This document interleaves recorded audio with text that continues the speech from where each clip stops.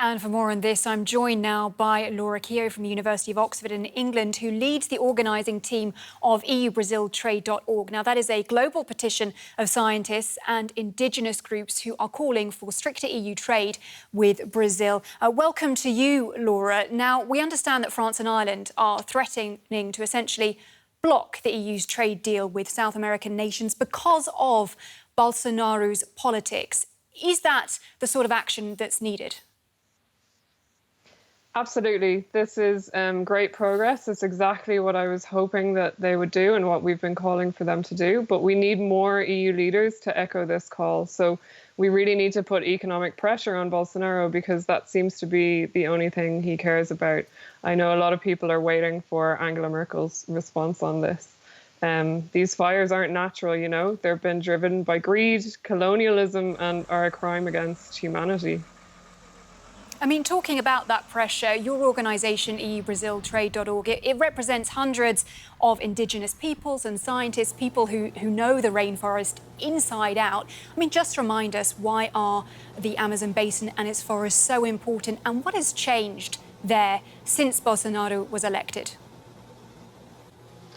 Yeah, I mean, the Amazon is crucial to close to 1 million indigenous peoples. It's crucial to the stability of our global climate. And also, of course, wildlife conservation. It's a biodiversity hotspot. It's one of the last great rainforests in the world.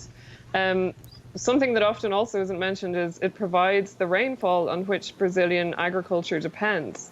So Brazil is shooting itself in the foot here by deforesting, and we're reaching a critical time where it could actually tip over into a dry system if deforestation continues, which would destroy the rainforest clearly, but also ruin agriculture in the region that depends on the rainfall. Since Bolsonaro has been elected, deforestation has accelerated, as have violent attacks on indigenous people. This isn't unexpected. This is what Bolsonaro has openly said, that he wants to develop the Amazon.